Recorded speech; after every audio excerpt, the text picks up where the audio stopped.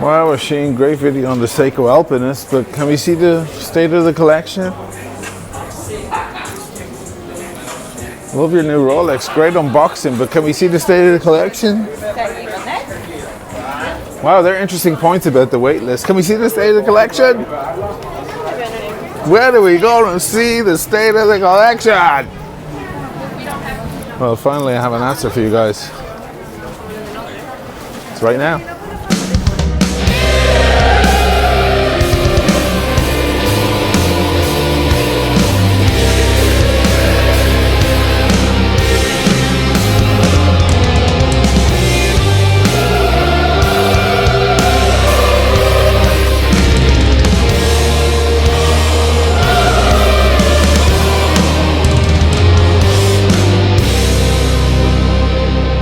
Before I do anything, what am I wearing?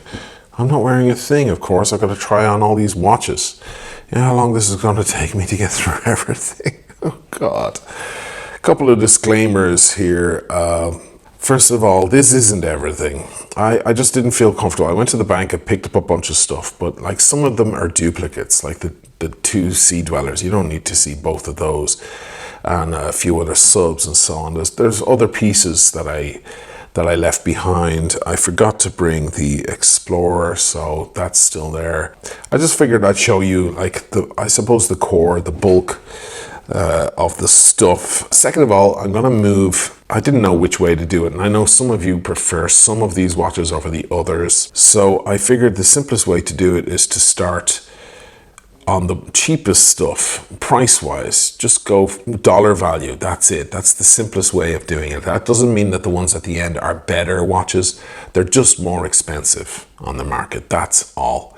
You can't argue with that, that's simple mathematics.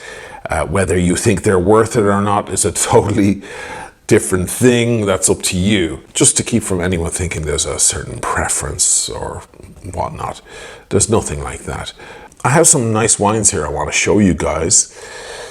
Let's start with Elio Grasso. I'm still deciding which one to open here. This isn't really a celebration. You're going to see some pieces that you haven't seen yet that I should be doing unboxing on.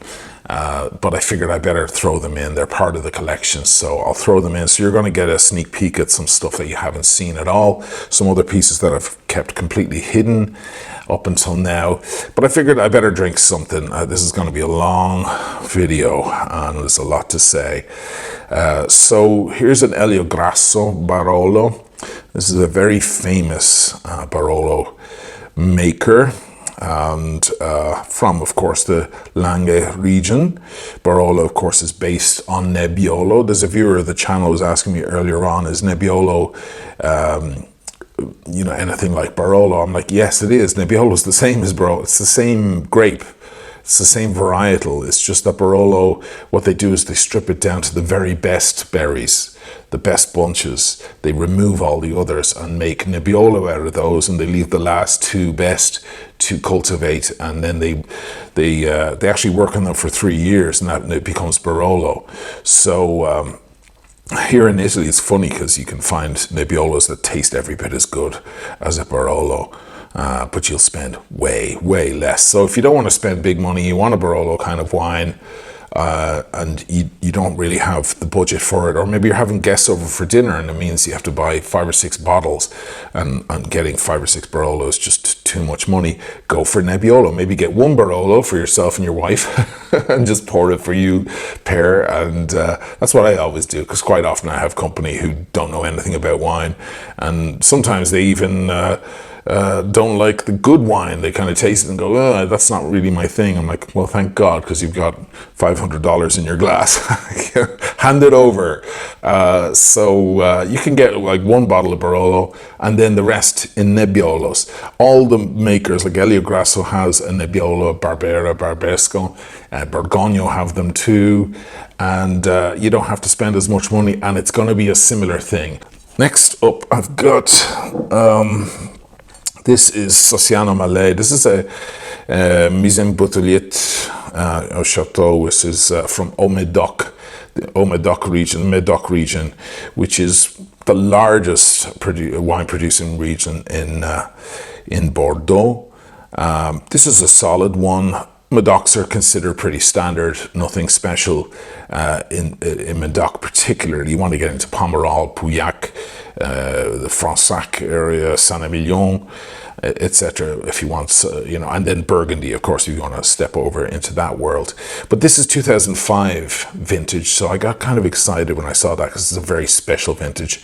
They cost a lot more. Lastly, one of my favorite wines in the world, a wine I consider to be one of the greatest on earth. It won't be long before these bottles are thousands of dollars. That's usually what happens. Eventually, they get a name for themselves. This is Chateau Pichon Longueville, Comtesse de Lalande. Joseph Pichon was the baron of a very large estate. When he passed away, his estate was divided in two, his son and his daughter. So you have two chateaux facing one another, very dramatic, in the Pauillac area of Bordeaux, France. One side went to the son, which was, I think his name is Raoul, and the other side went to the daughter. I forget her name right now. She of course is the Comtesse. So you'll find Chateau Pichon Longueville. You'll find it the Baron version, which has a different label, and then you'll find this one, the Comtesse, the female version, and I think it's far superior to the Baron. A bottle like this in the States, maybe 400, I think they're going for now. This is a 2002. You're definitely spending between 400 and 500. It's actually nothing considering what it is. I mean, this is a top level Pauillac.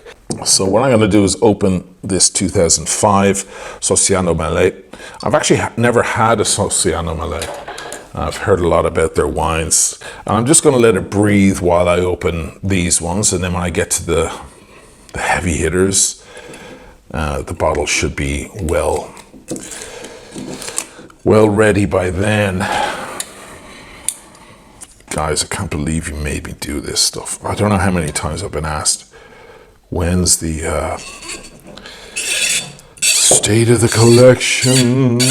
This is a very dangerous evening for me, even though I have high security here and various ways of defending myself against anyone who has any ideas about coming into the house. Still, if I lost all the watches, I mean, someone would need a Sherman tank, I guess, but if they did, they would walk away with a pretty penny. Look at that beautiful. Look at that. See, that's what you want. You want it to look like it was dipped in blood. Let's take a look at this wine. Man, it's going to be a long night. Already the color of that looks just wow. I don't drink a whole lot of French wine here in Italy for obvious reasons. There's plenty of great Italian wine for very cheap.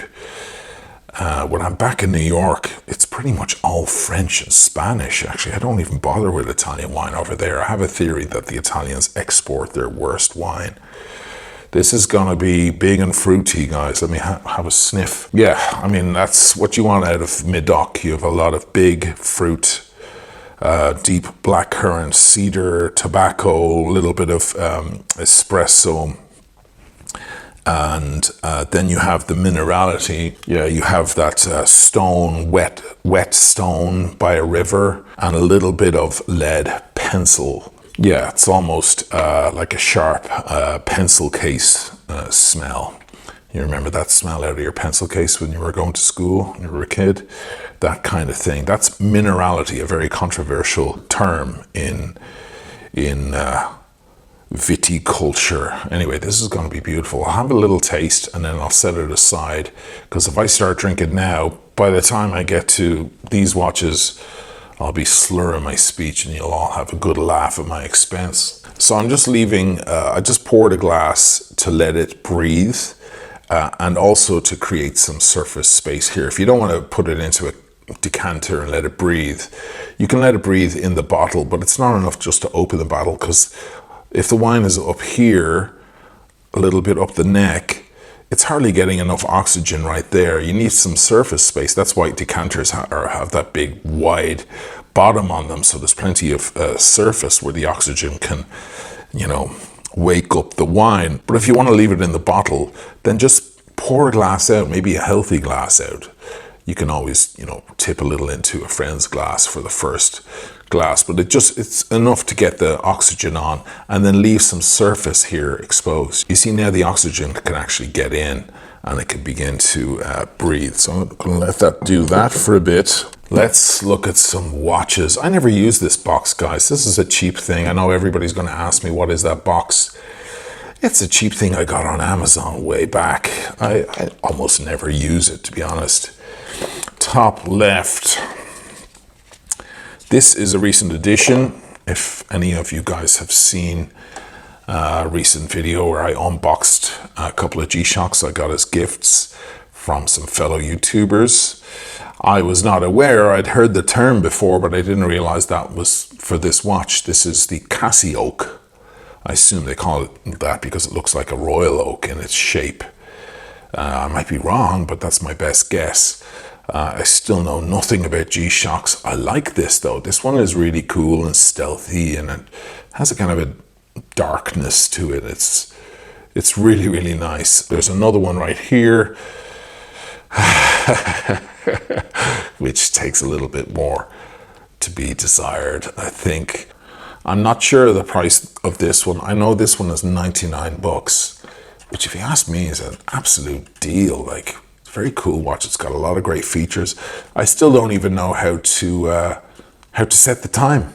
I looked at a few YouTube videos and it was like figuring out a Rubik's Cube or something. I should have brought these with me to London because there's lots of big Casio fans that were there, and they could have set the time on both of these. And once, of course, you set the time once, unless the battery runs out, you're good to go for years. So that was a mistake. I should have thrown them into my bag and brought them over. But these are the G-Shocks, guys. At least now I can say I have one or two. Moving on, we have Zero West. This is the H1. I actually have another one of these. I have the S4. I did a video on both that was extremely successful, both of them. If you haven't seen those videos, even if you're not into the watch, I think you might enjoy the video. It's all about World War II history. This is dedicated to the Hurricane H1, the magnificent fighter plane that fought alongside the Spitfire. The back of this watch is amazing. It's actually made from the metal of the actual Hurricane that in the story that I tell on the video. They actually took pieces of the plane and melted them down and made plates to go on the back of the watch.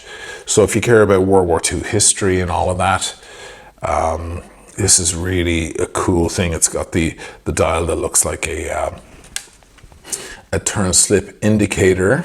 These things are built like tanks. They're incredibly robust.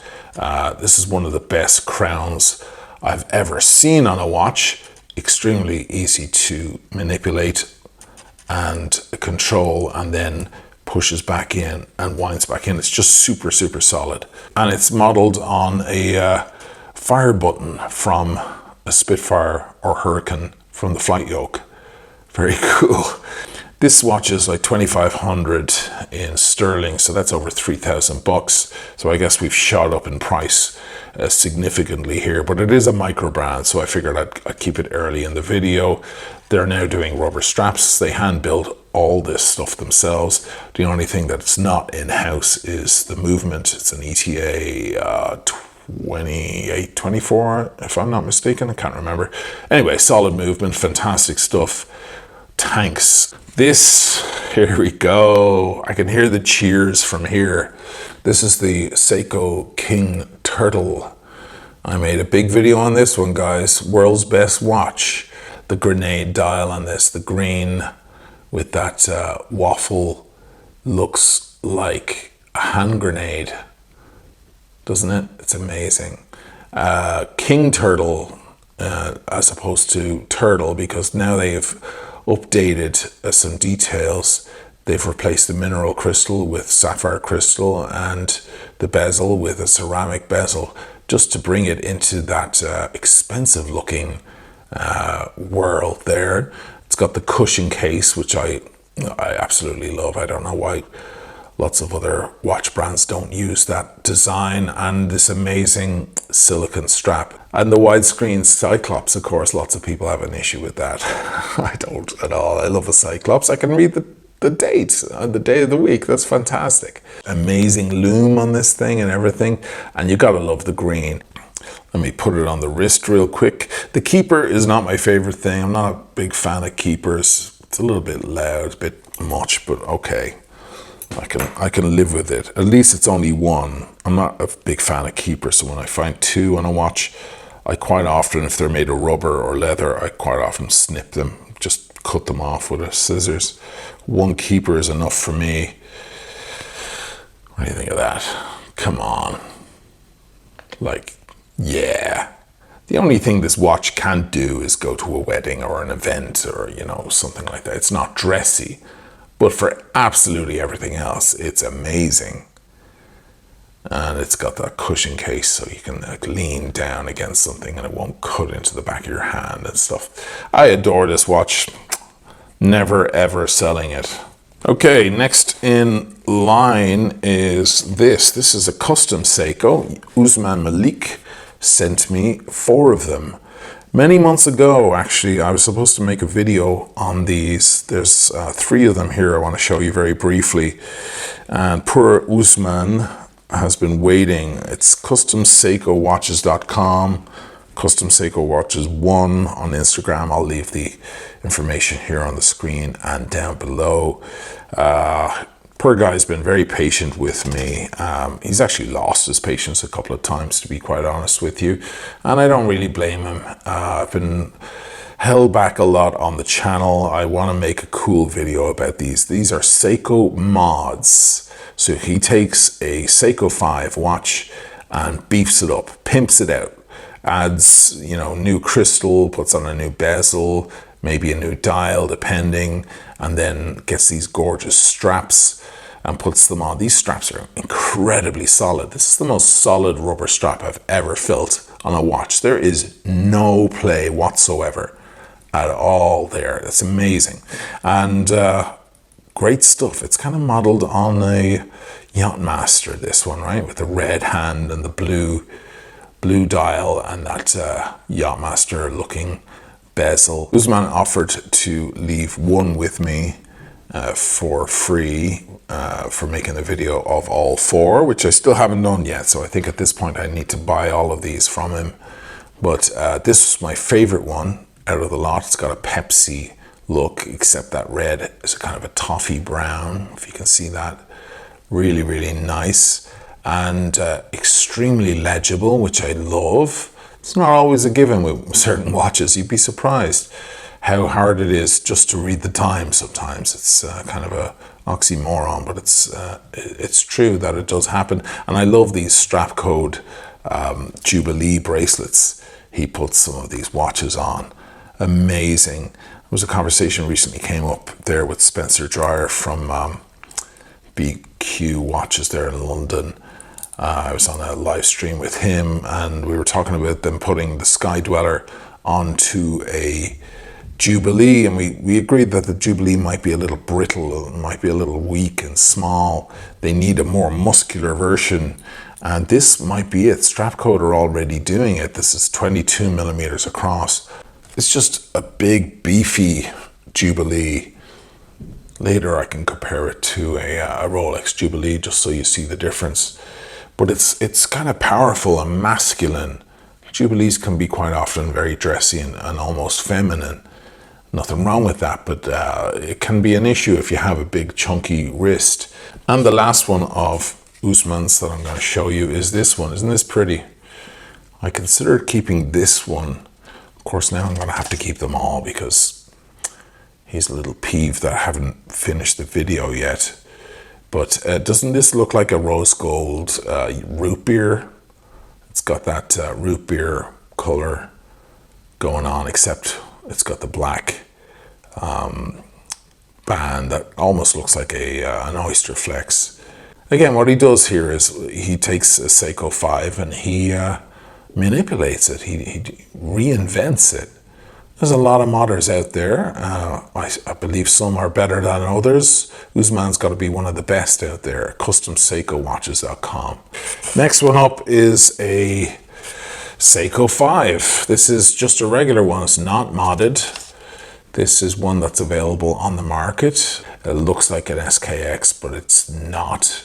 And has just 30 meters of water resistance, like no screw down crown, and so it's basically a dive watch aesthetic rather than an actual dive watch. But I quite like it. I don't think the camera is doing it much justice here because of the colors. That's not really the color of it. The camera's compensating there. That's more like the color of it. See the way it turns to deep burgundy? That's what the watch actually looks like. Cameras can be deceiving sometimes, the way they portray color, and has those kind of mustard looking indices and hands there, and the contrast between the mustard and the Bordeaux colors there, burgundy colors, is quite pleasing. It's quite nice, and it has a mesh bracelet. I don't have a mesh bracelet yet. You know, I've often looked at the Super Oceans and the and of course that new James Bond watch that everybody's been talking. I was talking about it too. Now that film is finally coming out. I just wanted a mesh bracelet, just to have one somewhere. I'll eventually get one of those James Bond 007, you know, Seamasters that has the mesh. But this is a pretty nice mesh too, huh? I mean, for 300 bucks, it's kind of a nice watch. Next up is this. This is a Seiko Alpinist. I did a very big video on the Seiko Alpinist, as many of you probably already know. Big fan of the Sarb 017, the famous green one. It came on a brown leather strap. This is the Mountain Glacier version, new edition. Kind of a controversial watch because they came out with this exact watch with two straps in a limited edition, 2020 pieces in 2020. And it was quite expensive. It was $895. Very expensive for an Alpinist, unless it's, you know, discontinued.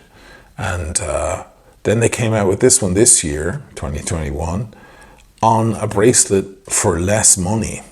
And everybody was very angry about that because they felt hard done by Seiko. A lot of Seiko dealers had to give money back and so on and so forth.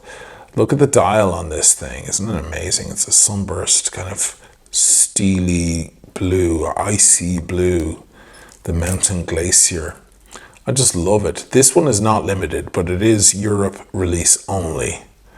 So if you're in the States or the Far East or Asia, you can't pick one up. You'll have to buy one on eBay from a reseller or something. Yeah, they're a little small on my wrist, I have to say. They wear well, you know. It's like a Datejust 36 mil on my wrist. But when I saw this one, I just had to grab it because of that story, because of the controversy, and because it's a beautiful watch, quite frankly. They're amazing. They put an exhibition back on these ones now. They're trying to beef up the whole Alpinist thing, and of course now they have a Cyclops, which I'm fine with, guys. At least I can read the damn date. I have no problem with that. All right, we've gotten through the kind of lower end, at least price wise, watches for now. I have a lot more watches than this just lying around the house, various samples that were sent to me. I have another few Seikos. I have those Grey Dawn things, they're still in the bank. The Samurai and the Turtle. I have a few mini turtles, I like those too. But honestly, this would just take forever to do them all. So I just picked my favorite ones, the ones I thought could use talking about on the channel. So now I'm gonna move over to some Omegas. I'm a huge Omega fanboy, as hopefully you guys know. The word's out that I'm a Rolex fanboy. That's true also, but Omega came first. Let me have a sip of this wine. before we go there, we'll take a brief intermission here. I think this is beginning to open up now. I don't see any rim variation on that wine, do you? Even though it's been in the bottle, I mean, what, 17 years? Oh, the taste of France, man. It's so particular. Their cheese and their wine. I haven't had very good experiences with the French recently. If you've been paying attention to the channel, it'll probably give you a chuckle. But I have to hand it to the French. They have some amazing wine and incredible cheese. They excel in that stuff. I don't think anyone can come close. I would say French wine is the Patek Philippe of wine, or the Vacheron, or the Audemars Piguet, or Alange Onsone of wines. All right, now the gloves go on. The first one of the Omega Seamasters. Guys, my first special watch. I did a big video on this one in Trieste, and remains very, very special. This is my first good watch I've ever had.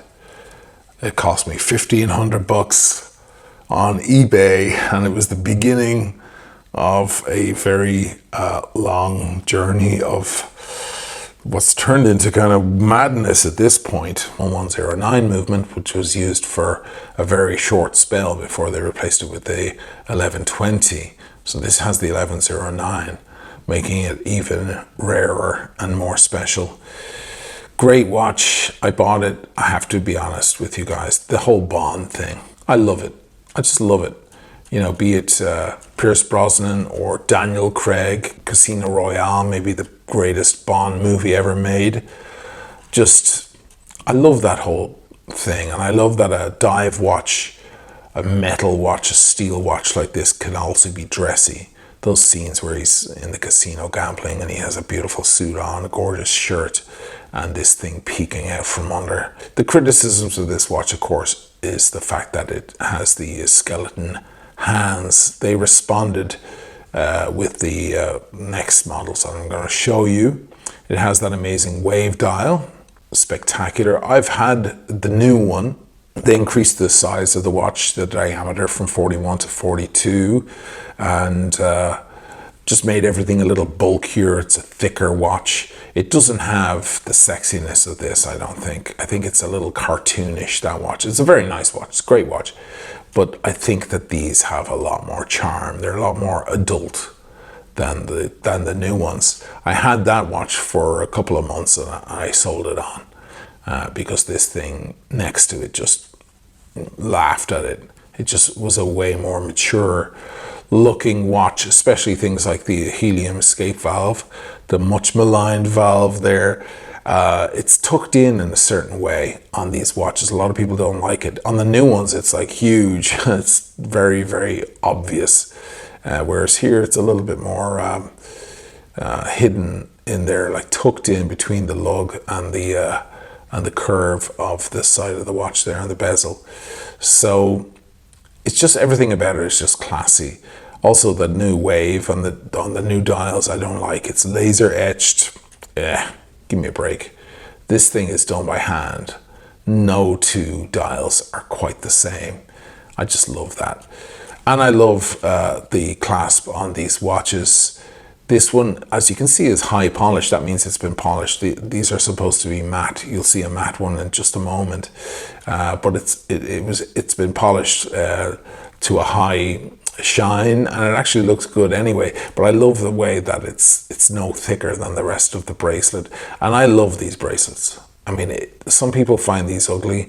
I think these are spectacular, and they're far and away the most comfortable bracelets I've ever worn. 1993, that's when they started making the automatic ones, so this is one of the first. This is truly a collector's item and considered vintage, I guess, at this point. And it's just amazing that I got it right. You know, still one of my favorite watches of all time is the first. And it's not because it's the first one, it's because it's an amazing watch. And I dedicated that whole video in Trieste to this watch. All right, moving on. This one, this is the 225580. Absolutely beautiful version of the exact same watch. Now this one has the 1120 in it. It's not like the other one with the 1109. And it is a response, it and other watches of its kind are a response to the issue with the dial here on this one. Those skeleton hands there, a lot of people were complaining that they might be difficult to read underwater. Why put skeleton? Make things very obvious, make things as big as possible. So I think Omega responded with this. These are the broad sword hands, full of lume, and all the indices with what's known as gargantuan lume. The lume in this is just outrageous. Like, you turn off the lights and you can see this thing from space. And again, the wave, the Rosemill wave, with that beautiful electric blue that looks different in every different environment. Same watch in every other way. The bracelet, though, is a more dressy version, more similar to the to what's been on the Omega Speedmasters for the longest time, about 20 years. And there's that clasp, but this time in its original matte finish. As you can see there, it's quite sexy. I like it in high gloss and in matte. But if I compare to the bracelet on the other, you can see the kind of different vibe going on. This is a bit more dressy, a bit fancier. This is more tool looking. Look how beautiful that is. And again, very slim on the wrist, gorgeous contours, something the new ones don't have. They're very blocky. It doesn't have that sexy, those sexy curves. By the way, on the back, you have the hippocampus, which is something same on the other watch I just showed you. You have that little symbol there, which actually comes from Venice. If you've ever been on a gondola, I see them absolutely every day in my life. When I go to get groceries, I see this little symbol all over the place because it's on all the gondolas here. That's where the inspiration came from originally, back in the early 50s, late 40s, when the first Seamasters were being built. And of course it has that wave again to remind you of the dial. Next up is the GMT Seamaster, a 50th anniversary model. This was actually the first to have the broad sword and the gargantuan lume. And it came out 50 years in 1997, 50 years since the first Seamaster came out. So it has the GMT bezel, of course. However, it does have 300 meters water resistance, so you could use it for diving. So it's a hybrid, it's a dive GMT. Really interesting. And have you guys noticed what's missing? There's no helium escape valve. The thing everyone was complaining about with the previous models. It's not on this one. This is the only Seamaster 300M not to have it. Look at that. A Seamaster without the helium escape valve, which is everyone's issue, and it's a GMT all in one watch. It's amazing. It's even got more. It's got this bracelet. This is the tool bracelet. I believe it came on that other style bracelet also. There were two options, but this one's really cool because it's got an invisible clasp. Look at that. The clasp doesn't a separate piece. And this is an 18 karat gold Omega symbol. Again, the hippocampus on the back and the wave, but this time with 50 years written on it. Isn't that beautiful? Gotta love that. So a fantastic watch. I don't know why these things aren't impossible to find, because there's so many watches in one. You can still pick these things up for about 3,000 bucks on Chrono. I don't know why. They should be 10,000. They're discontinued. They're 50-year anniversary model, and they have all the extra stuff you want. You know, the GMT, no helium escape, invisible clasp. So yeah, love this watch, adore it, never selling it. And last but by no means least, for part one of the state of the collection, guys, this is my favorite Speedmaster. I have a few of these things. I've had a lot of Speedmasters over the past few years, but this is the one for me. This is the 145022 from 1988 with the 861 movement. Look at this beauty. Look at the distortion there that happens on the Hesalite. That's what we want. Gorgeous patina on the indices on the dial. These hands have been replaced recently. There is a big video about that whole process of having it serviced. I do have the original hands and all the original stuff put away safe if I ever want to sell it and keep all the original parts. But these are brand new hands, so their lume is not the same. This is tritium lume all around here and super luminova on the hands. I did actually put a ding into this side here, but Omega official, Omega repair center, they used surgical steel to refill the ding and then go back over it rather than polish down and, you know, lose half the watch. They filled it in with steel and went over it again, so now it's a perfect edge again. Look at that. Oh, magnificent. This watch actually has an amazing bracelet that comes on, the 1450 with the 808 end links, also known as the Holy Grail. But right now I have it on this gorgeous strap from, handmade strap from Michael Knapp, the guy with the YouTube channel Strap a Watch. Michael makes beautiful straps and he handmade this one for me specifically, and even sent it on an Omega deployant. Look at that. Gorgeous. But the bracelet I've got is very special and fetches a pretty penny itself. Most people settle on the 1171 bracelet, which is a gorgeous bracelet. That's what they modeled the new bracelets on the 3861 models. For me, that was remiss. They should have modeled it on the 1450 because that's the sexiest bracelet ever made for the Speedy. It looks just like a president bracelet from Rolex, except it's steel. I know it's not a 321. Someday I'll get a 321. Those things trade at 12,000 and up.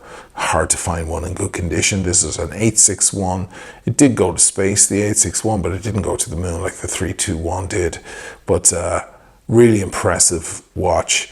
I just love winding this. Let me give you a listen to how it is when it winds. That's the sound of it winding. The Omega technician who's worked for them for decades, who worked on this watch and serviced it, actually offered me money for the watch. He didn't want to let it go. He considers the 861 the greatest movement ever made, and he just adored the condition of this watch. And of course, with the bracelet and so on, he was besotted, but I didn't sell it to him. It's one of my favorite watches in my entire collection.